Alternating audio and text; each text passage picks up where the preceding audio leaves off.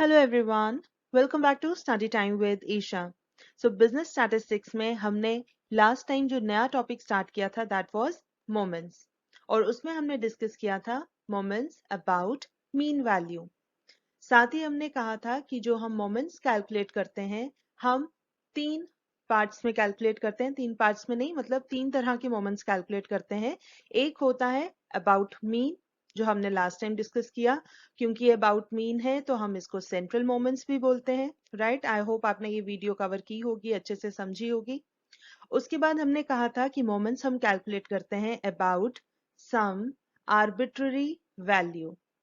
Arbitrary मतलब other than mean कोई भी वैल्यू।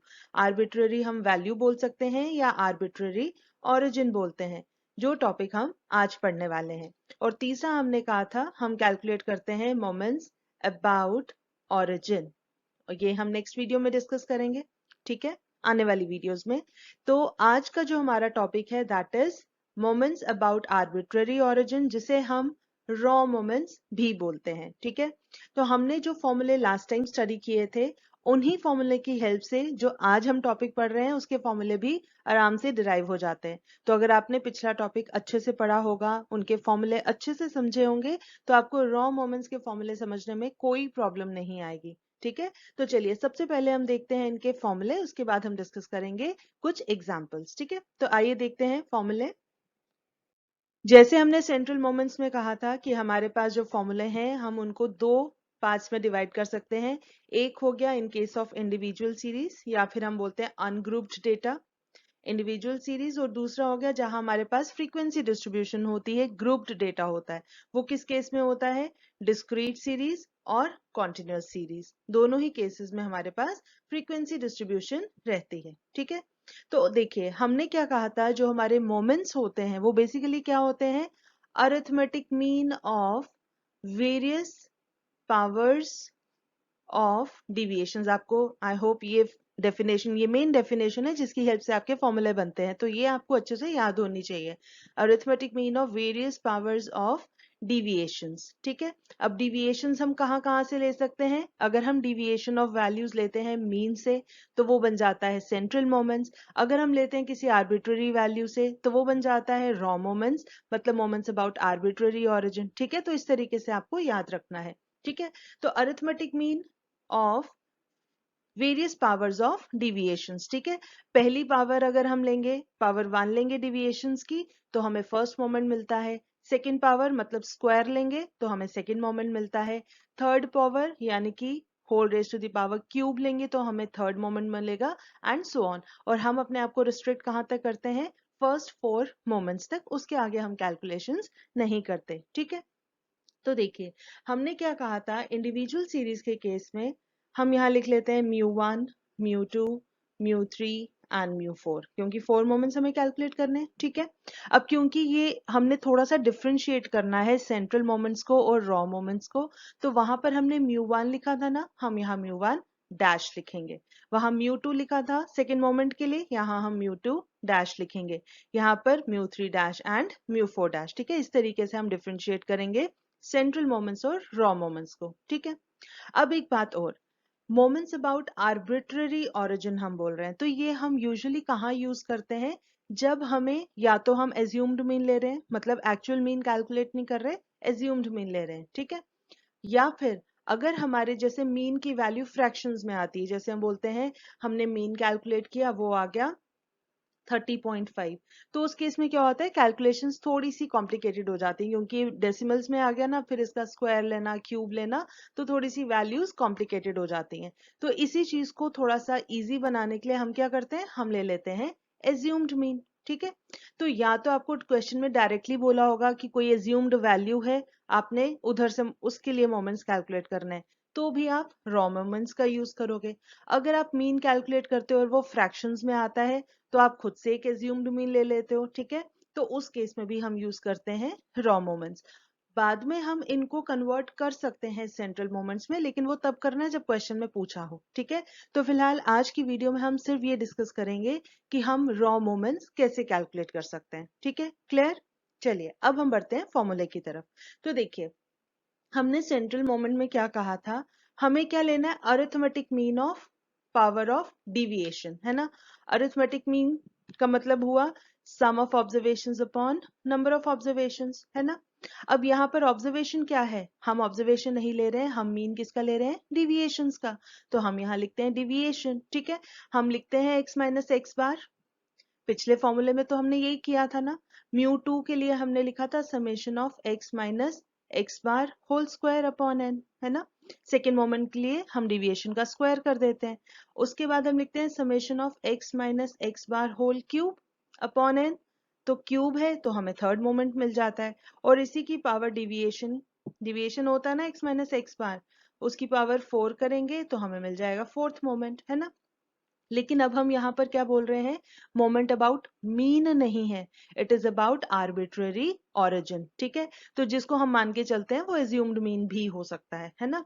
तो हम यहाँ पर क्या करेंगे, इन फॉर्मूले में जहां जहां मीन है मतलब एक्स बार है, उसकी जगह हम लगा देंगे ए, ठीक है। I hope this is clear. तो आप उसे आर्बिट्ररी ओरिजिन बोल लो, आर्बिट्ररी वैल्यू बोल लो, एज्यूम्ड मीन बोल लो, आपकी मर्जी है, ठीक है। तो हम क्या करेंगे, हर जगह जहां जहां एक्स बार है मतलब मीन है, उसकी जगह हमने लिख लेना है ए, राइट।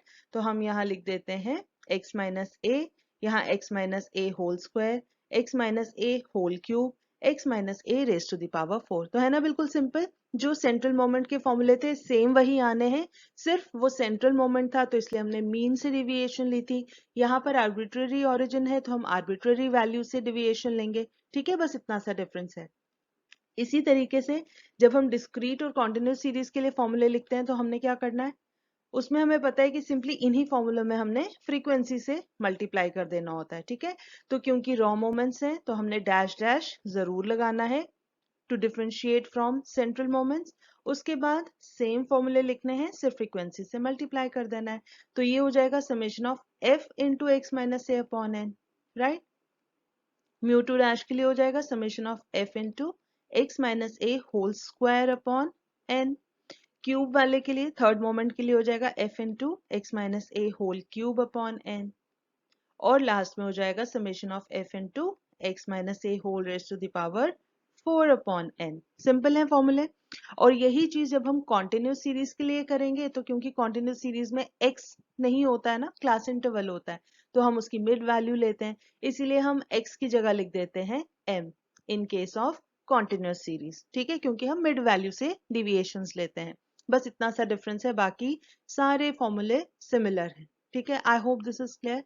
और इसमें भी हम कई बार क्या करते हैं, जैसे हमने लास्ट वीडियो में क्वेश्चंस किए थे, तो अगर हमें वैल्यूज को थोड़ा सा और सिंप्लीफाई करना है, थोड़ी बड़ी वैल्यूज हैं, तो हम क्या करते हैं, डिविएशन में हम करते हैं जैसे x माइनस ए अपॉन आई कर दिया, क्लास इंटरवल है तो हमें मिल जाए, तो फिर ये जो फॉर्मूला बनता है इसमें भी हम इंटू आई कर देते हैं, ठीक है।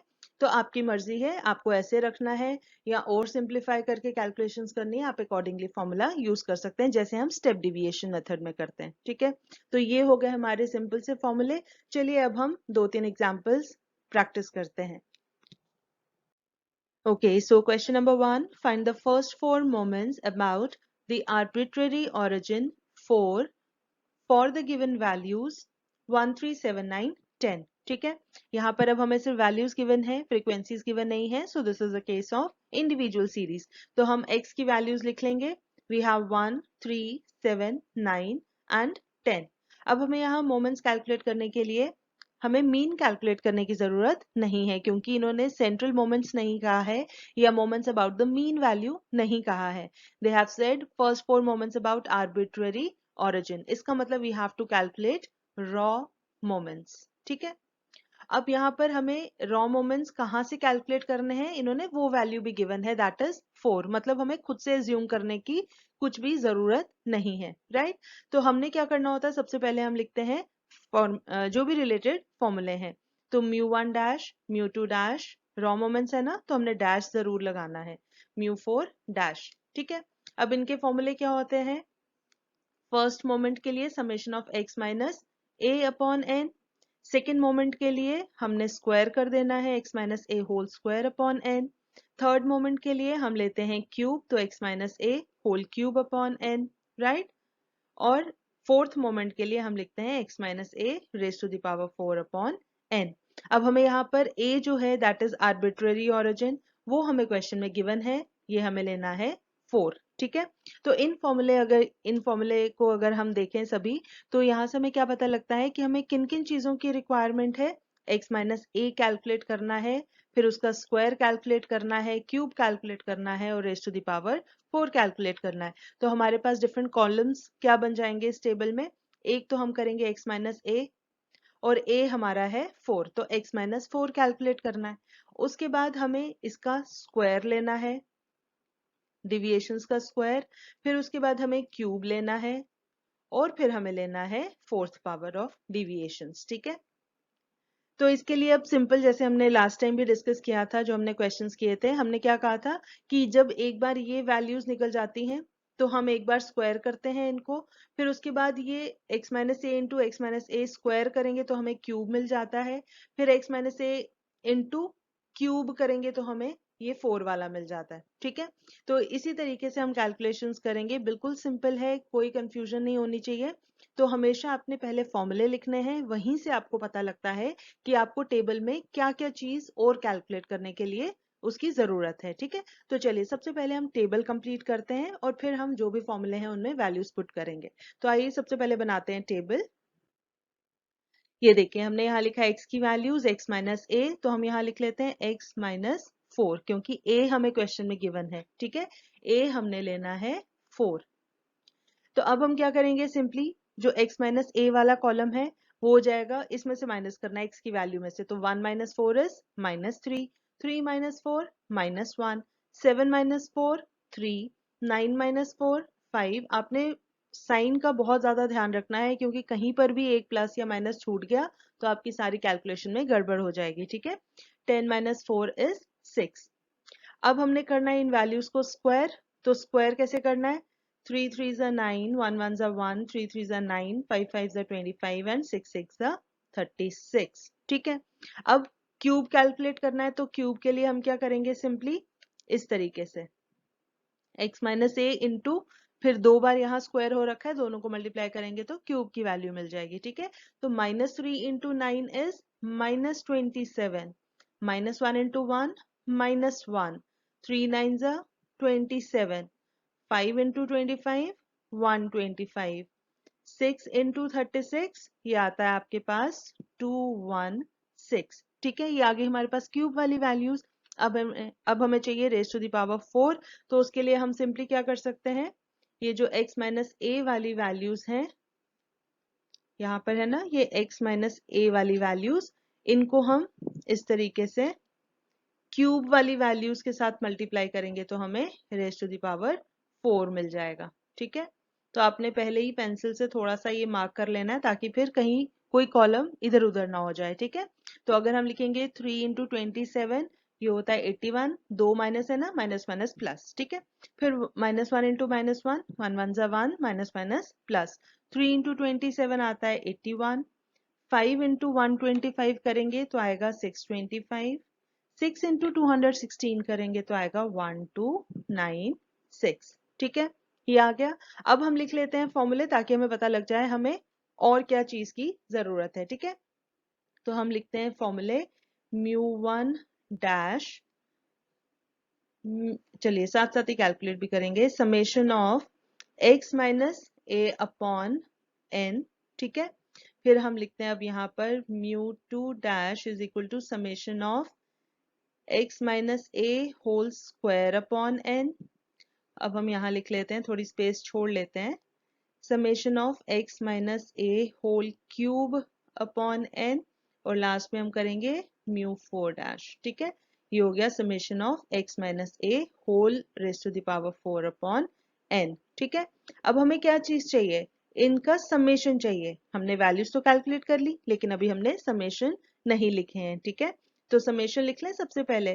देखिए, समेशन ऑफ x माइनस ए आपके पास आएगा, इनको अगर आप टोटल करोगे ये आता है 10। ठीक है, आप भी फटाफट से कैलकुलेशन करके यहाँ से चेक कर लीजिए, आपकी भी यही वैल्यू आएगी, टोटल 10। उसके बाद हमें चाहिए summation of x minus A whole square, तो ये टोटल आता है 80। ठीक है, उसके बाद आता है summation of x minus A whole cube, इसका अगर आप टोटल करेंगे तो ये आएगा 340 और समेशन ऑफ लास्ट में है x minus A whole raise to the power 4। तो इसका टोटल अगर आप करेंगे ये आता है 2084। ठीक है, चलिए अब हमें ये वैल्यूज पुट करनी है फॉर्मूले में और कैलकुलेट कर लेना है। तो सबसे पहले हमारे पास है समेशन x माइनस ए, ये है 10 और n कितना है, हमारे पास कितनी वैल्यूज हैं, वी हैव 1 2 3 4 एंड 5 वैल्यूज। तो हम यहाँ लिखेंगे 10 divide by 5, this is equal to 5 2 10। ठीक है, अब स्क्वायर वाला है टोटल 80, तो ये आ जाएगा 80 अपॉन n है 5, तो 80 अपॉन 5 इज 16। फिर है x minus A whole cube, this is 340 upon 5, इसको आप करेंगे ये कैलकुलेट करके आता है 68 और लास्ट में है 2084 डिवाइड बाय 5, इसको सॉल्व करेंगे तो आ जाएगा 416 अपॉन 8। ठीक है, फटाफट से कैलकुलेशन चेक कर लो। तो हमारे पास अब क्या आंसर आया, फर्स्ट मोमेंट आ गया 2, second moment 16, third moment 68 and fourth moment is 416.8. So this is how we have to calculate moments about arbitrary origin और moments about assumed mean। ठीक है, तो अगर आपका कभी mean calculate करने पर fractions में आता है तो उस केस में भी हम खुद से एक assume कर लेते हैं वैल्यू, वो एक arbitrary वैल्यू बन जाती है, फिर हम ये वाले फॉर्मूले लगाते हैं। ठीक है, तो आई होप दिस इज क्लियर। चलिए ये था इंडिविजुअल सीरीज के लिए, अब एक क्वेश्चन देखते हैं for discrete series. Okay, question number 2. Find the first 4 moments about the arbitrary origin 67 for the given data. X और F given है, मतलब this is a case of discrete series. तो सबसे पहले हम लिखते हैं फॉर्मूले mu1 dash, mu2 dash, mu3 dash and mu4 dash, right? अब इसके लिए क्या फॉर्मूले हैं डिस्क्रीट सीरीज में, पहले की तरह ही है इंडिविजुअल सीरीज वाले, सिर्फ हमें फ्रीक्वेंसी से मल्टीप्लाई करना है और मीन की जगह x बार की जगह हम लिखते हैं a for arbitrary origin and divide by n। Second moment के लिए हम लिखते हैं x minus A whole square, बाकी सारा सेम। थर्ड मोमेंट के लिए f into X minus A whole cube, बाकी सारी चीजें सेम। और फोर्थ मोमेंट के लिए रेज टू द पावर 4, बाकी सारी चीजें सेम। ठीक है, अब हमें यहाँ पर एक तो n चाहिए, तो n आपको मिलता है डिस्क्रीट सीरीज के केस में इनको ऐड करके फ्रीक्वेंसीज को। ठीक है, अगर आप इन सबको टोटल करेंगे sum of frequencies is equal to n is equal to ये आता है 100। ठीक है, n हमें मिल गया, a हमें गिवन है वो कितना है 67, हमें यूज करना है, तो हमें यहाँ से कुछ खुद से एज्यूम करने की जरूरत नहीं है। ठीक है, अब हमें और क्या चीजें चाहिए इसमें, एक तो चाहिए डिविएशंस x माइनस ए और फिर हमने उनको करना है फ्रीक्वेंसी से मल्टीप्लाई। तो हमारे यहाँ डिफरेंट कॉलम्स क्या बनेंगे, सबसे पहले तो हम डिविएशन ही कैलकुलेट करेंगे, फिर उसके बाद एक कॉलम बनाएंगे जिसमें हम डिविएशन को मल्टीप्लाई करेंगे फ्रीक्वेंसी के साथ। ठीक है, फिर हमें चाहिए स्क्वायर वाली टर्म भी चाहिए, मतलब f into X minus A whole square. फिर हमें क्यूब वाली टर्म भी चाहिए, तो f into X minus A whole cube. और फिर हमें रेज टू द पावर 4 वाली टर्म भी चाहिए। ठीक है, तो अब हमने जैसे पहले भी डिस्कस किया हुआ है कि हम ये कैसे कैलकुलेशंस कर सकते हैं। देखिए सपोज x माइनस ए हमने कैलकुलेट कर लिया, ठीक है, उसके बाद हमने फ्रीक्वेंसी से मल्टीप्लाई कर लिया, सपोज x माइनस ए आता है 2। ठीक है, अब नेक्स्ट कॉलम के लिए हमें इन दोनों को मल्टीप्लाई करना है, ये हो गया 5 2 10, राइट।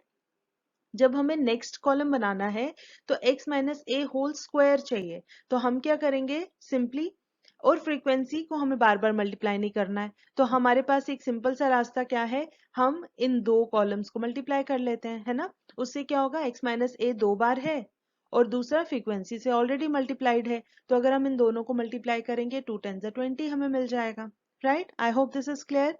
उसके बाद जब हमें क्यूब चाहिए तो हम क्या करेंगे, ये स्क्वायर वाला और ये एक सिंगल वाला, सॉरी सिंगल वाले से मत गलती से मल्टीप्लाई करना क्योंकि फिर फ्रीक्वेंसी 2 बार मल्टीप्लाई हो जाएगी। ठीक है, हम क्या करेंगे, f इंटू एक्स माइनस ए का स्क्वायर और x माइनस ए, इन दो कॉलम्स को मल्टीप्लाई करेंगे। ठीक है, उससे क्या होगा, x माइनस ए 3 बार मल्टीप्लाई हो जाएगा और फ्रीक्वेंसी हमारी एज इट इज रहेगी। ठीक है, तो हमें ये थर्ड कॉलम मिल जाएगा। उसके बाद हम क्यूब वाला जो है, क्यूब वाले को अगर हम मल्टीप्लाई करेंगे सिंगल x माइनस ए के साथ तो हमें ये 4 वाला मिल जाएगा। ठीक है, क्योंकि फ्रीक्वेंसी ऑलरेडी मल्टीप्लाइड है और ये क्यूब वाला एक और बार मल्टीप्लाई होगा तो रेज टू द पावर 4 वाली टर्म हमें मिल जाएगी। तो इस तरीके से अगर हम कैलकुलेशंस करेंगे तो सब कैलकुलेशन इजीली हो जाएगी। ठीक है, बाकी आपको अगर किसी और तरीके से इजी लगता है तो आप वैसे कर सकते हैं। ठीक है, तो चलिए सबसे पहले हम करते हैं टेबल कंप्लीट, उसके बाद बाकी की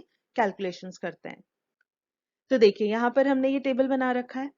तो आपके ये जो फर्स्ट दो कॉलम्स आप यहाँ पर देख रहे होंगे x और f, ये एज इट इज जो क्वेश्चन में गिवन है हमने वही लिखे हैं।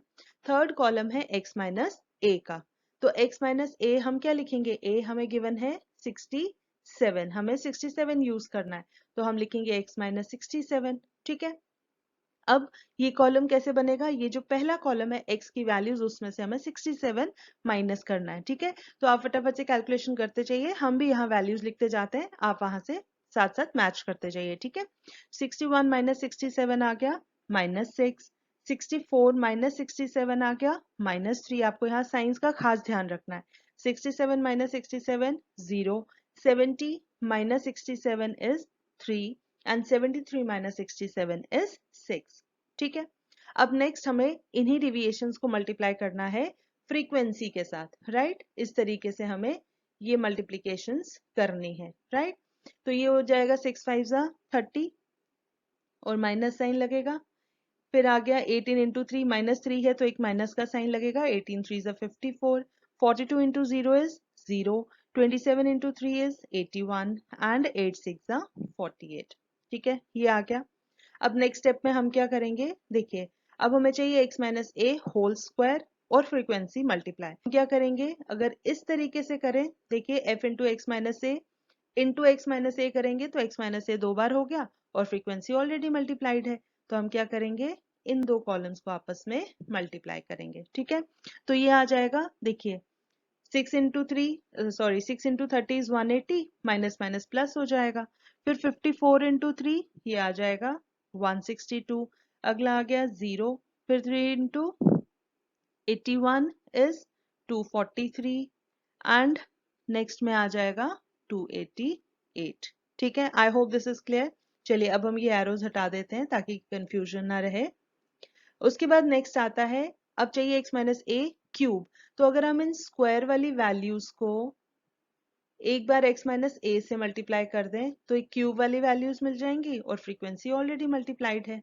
ठीक है, तो इस तरीके से आपको मल्टीप्लाई करना है।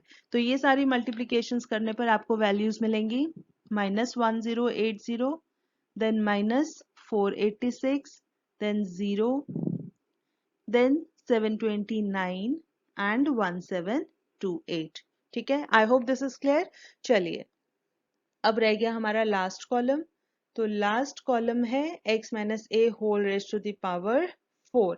तो इसके लिए हम क्या करेंगे, अब सिंपल ये क्यूब वाला जो कॉलम हमने बनाया इसको एक बार और x माइनस ए से करेंगे तो हमें 4 की पावर मिल जाएगी।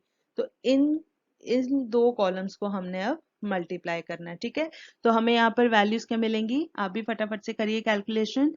6480, then we have 1458, then we have 0, then 2187 and 1036 values बड़ी हो गई हैं। ठीक है, अब हमें नेक्स्ट इनका समेशन भी चाहिए होता है ना।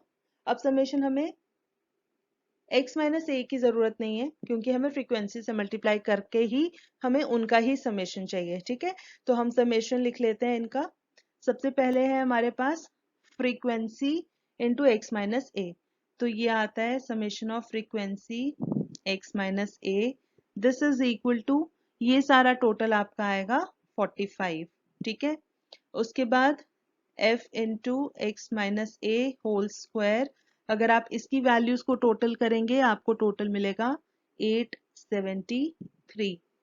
नेक्स्ट है summation of f into X minus A whole cube, इनकी वैल्यूज को अगर टोटल करोगे तो आपको टोटल मिलेगा 891। रेज टू द पावर 4 वाली वैल्यूज हैं, f into X minus A whole raise to the power 4 is equal to, ये टोटल आता है 20493। तो ये आ गए हमारे पास सारे समेशन की वैल्यूज। ठीक है, इसके अलावा n हम पहले ही टोटल कर चुके हैं, n इज इक्वल टू 100। अब हमारा कितना काम रह गया, बस फॉर्मूले लिखने हैं और उनमें ये वैल्यूज पुट करनी है। ठीक है, तो चलिए सबसे पहले हम लिखते हैं mu one dash is equal to summation of F into X minus A upon N. अगर इसको सॉल्व करेंगे कितना आ जाएगा, x माइनस ए ये टोटल आया है हमारे पास 45, लिखेंगे 45 डिवाइड बाय 100, ये आता है 0.45। ठीक है, सिंपल। चलिए अब लिखते हैं हम म्यू टू डैश। तो म्यू टू डैश कितना है, summation of F into X minus A whole square upon N. तो ये समेशन कितना आया है 873, तो हम लिखेंगे 873 divide by 100 which is equal to 8.73। Simple. चलिए नेक्स्ट आ गया हमारे पास mu three dash is summation of F into X minus A whole cube upon N. इसका टोटल हमारे पास आया 891, 891 अपॉन 100, तो ये कितना आ जाएगा 8.91।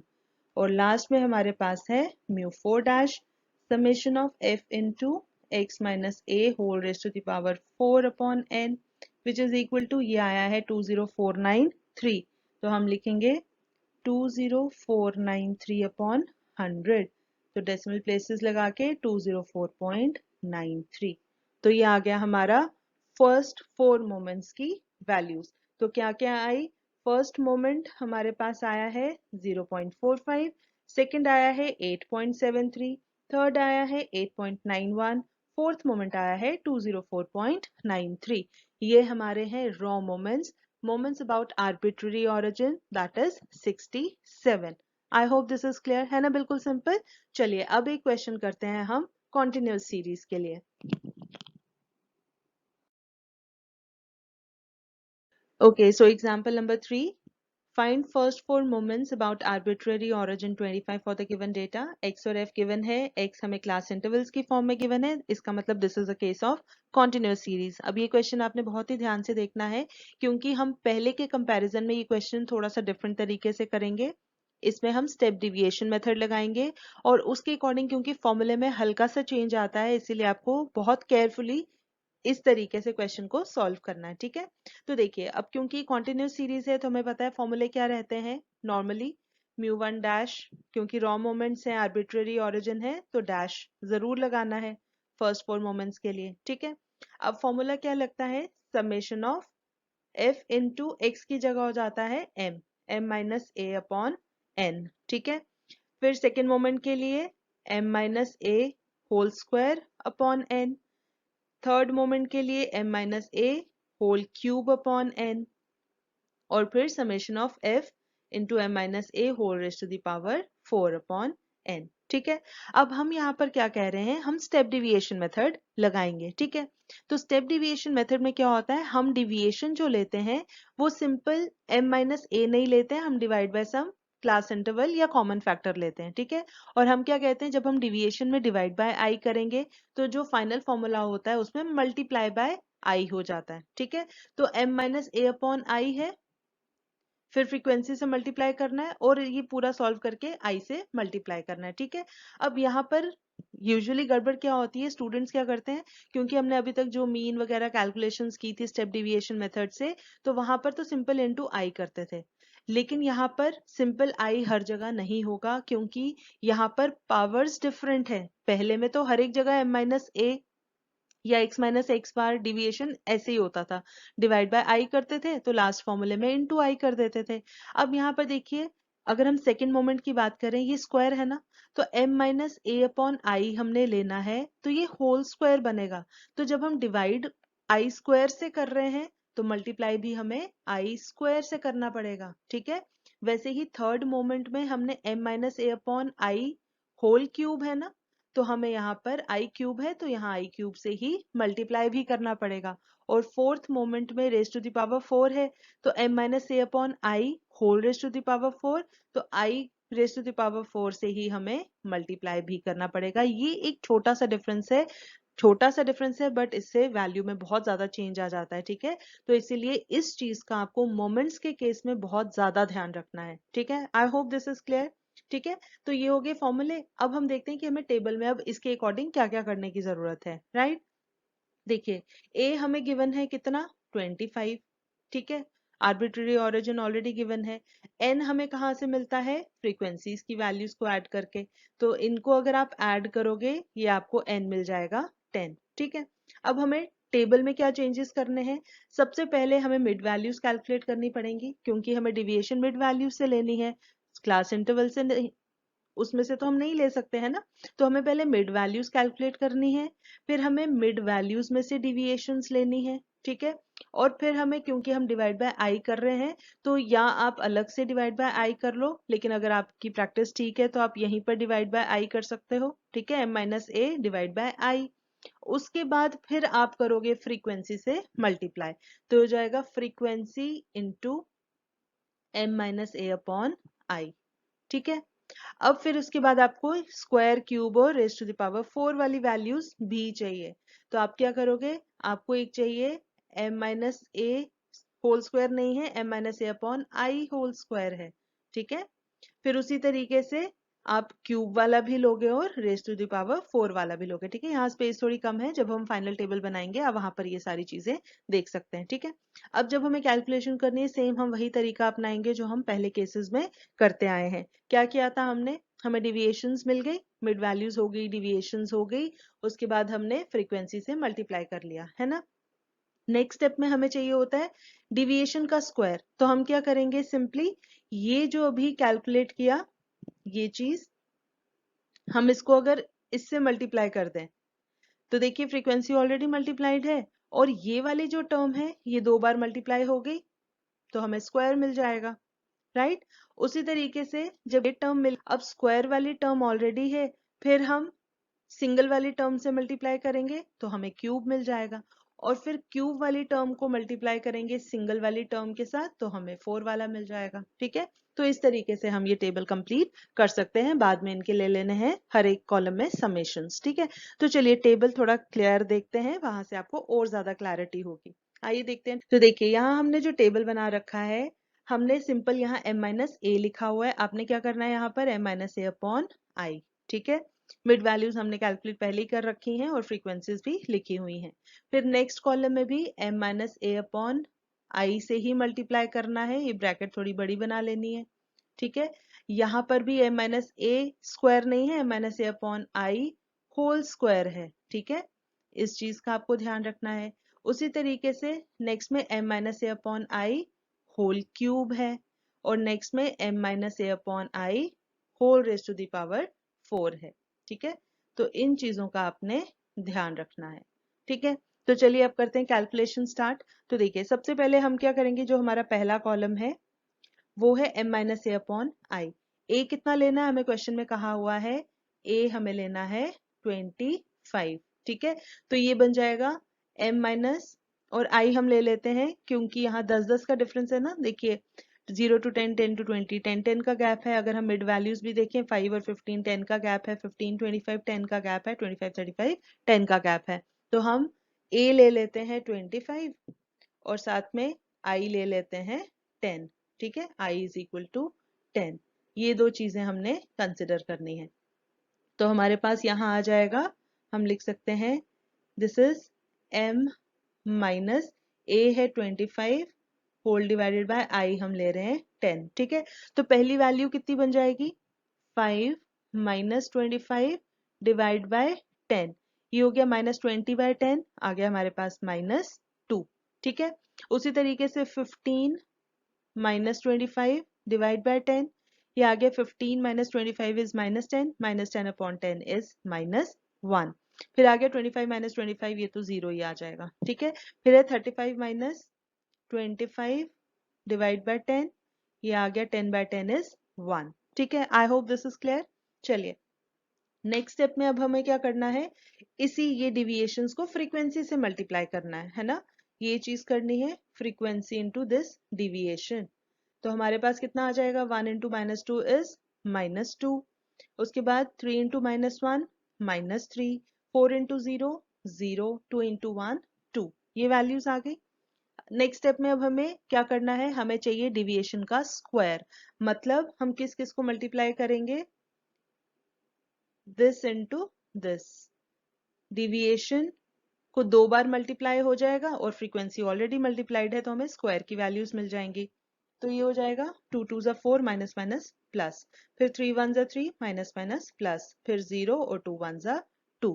ठीक है, ये आ गई स्क्वायर की वैल्यूज। देखिए आप डिवाइड बाय आई करके अगर आपको लगता है कॉम्प्लिकेटेड हो रहा है आप ना करें, हम सिर्फ इसलिए कर रहे हैं क्योंकि इस तरह का क्वेश्चन हमने इस तरीके से अभी तक कोई भी सॉल्व नहीं किया था, तो यूजुअली फिर फॉर्मूले में कंफ्यूजन हो जाता है, उसी चीज को बताने के लिए हम इस तरीके से सॉल्व कर रहे हैं। ठीक है, चलिए नेक्स्ट आ गया हमारा, अब हमें चाहिए क्यूब। डिविएशन का क्यूब हमें कैसे मिल सकता है कि ये जो अभी हमने स्क्वायर वाली वैल्यूज कैलकुलेट की है ना, यहाँ पर इनको अगर हम मल्टीप्लाई करेंगे सिंगल डिविएशन के साथ, है ना, तो फ्रीक्वेंसी तो ऑलरेडी मल्टीप्लाइड है लेकिन जो डिविएशन है उसका क्यूब बन जाएगा। ठीक है, तो ये आ जाएगा 4 2 ज़ा 8, ये आ गया -8, देन 3 इंटू -1 -3, देन 0 एंड 2 1 ज़ा 2।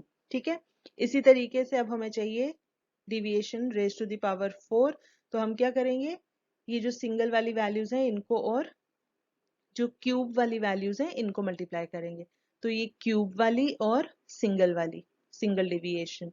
ठीक है, तो इस तरीके से हम करेंगे मल्टीप्लाई।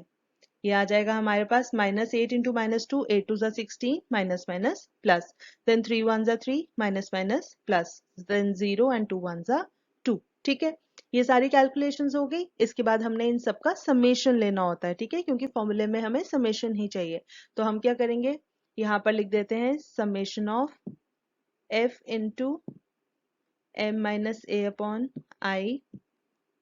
ये कितना आ जाएगा, दिस इज इक्वल टू, इसको अगर आप टोटल करेंगे तो ये आता है 2 2 और -2 कैंसिल, ये आ जाएगा -3। ठीक है, उसके बाद अगर हम ये स्क्वायर वाला लें f into m minus A upon I whole square.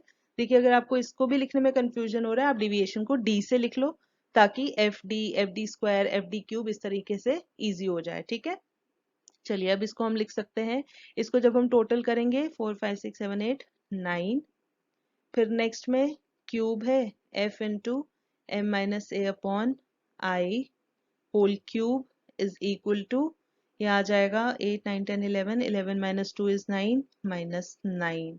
ठीक है, और लास्ट में f into M minus A upon I whole raise to the power 4, और इसका टोटल कितना आता है 16 17 18 19 20 एंड 21। ठीक है, तो बस कैलकुलेशंस हमने सारी कर ली, अब हमने फॉर्मूले में वैल्यूज पुट कर लेनी है। ठीक है, तो फॉर्मूले में पुट करने के लिए हमारे पास सबसे पहले आ जाएगा μ1 dash is equal to summation of f into, अब हम एक काम करें, हम लिख लेते हैं summation of F D upon N into I. ठीक है, और यहाँ साइड में कहीं मेंशन कर देते हैं, आपने साथ में ही कर देना है। ठीक है, where d is equal to m minus A upon I. ठीक है, तो अगर d स्क्वायर लिखोगे तो m minus A upon I whole square बन जाएगा। ठीक है, इससे क्या होगा, आपको फॉर्मूला लिखने में थोड़ा सा कंफ्यूजन कम होगा।